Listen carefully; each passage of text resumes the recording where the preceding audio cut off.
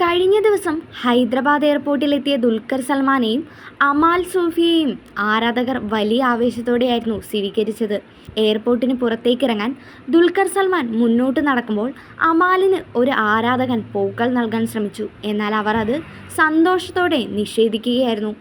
അമാലിൻ്റെ പ്രവൃത്തി കണ്ട് ദുൽഖർ രസിക്കുകയും ചിരിക്കുകയും ചെയ്യുന്ന വീഡിയോ ഇപ്പോൾ സാമൂഹ്യ മാധ്യമങ്ങളിൽ വൈറലാണ്. ഏറ്റവും പുതിയ ചിത്രമായ ലക്കി ഭാസ്കറിൻ്റെ വിജയത്തിൻ്റെ ആവശ്യത്തിലാണ് ഇപ്പോൾ ദുൽഖർ സൽമാൻ. വെങ്കി അറ്റ്ലൂരി സംവിധാനം ചെയ്ത ചിത്രം ഇപ്പോൾ 101 കോടിയിലേറെ നേടിയിരിക്കുകയാണ്. തമിഴ് ചിത്രമായ കാന്തയാണ് ദുൽഖറിൻ്റെ അടുത്ത ചിത്രം. നടൻ റാണ ദഗുപട്ടിയാണ് ചിത്രം നിർമ്മിക്കുന്നത്. പുതിയ റിപ്പോർട്ടുകൾ പ്രകാരം തമിഴ് സിനിമയുടെ ആദ്യ സൂപ്പർ സ്റ്റാറായ MK ത്യാഗരാജ ഭാഗവതരുടെ വേഷമായിരിക്കും കാന്തയിൽ ദുൽഖർ സൽമാൻ അവതരിപ്പിക്കുക.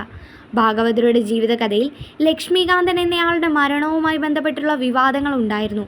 എന്നാൽ ചിത്രത്തിനെ പറ്റിയുള്ള ഈ അഭിമുഖങ്ങളൊന്നും അണിയറ പ്രവർത്തകർ തുറന്നു പറഞ്ഞിട്ടില്ല. മീനാക്ഷി ചൗധരിയാണ് ചിത്രത്തിലെ നായിക.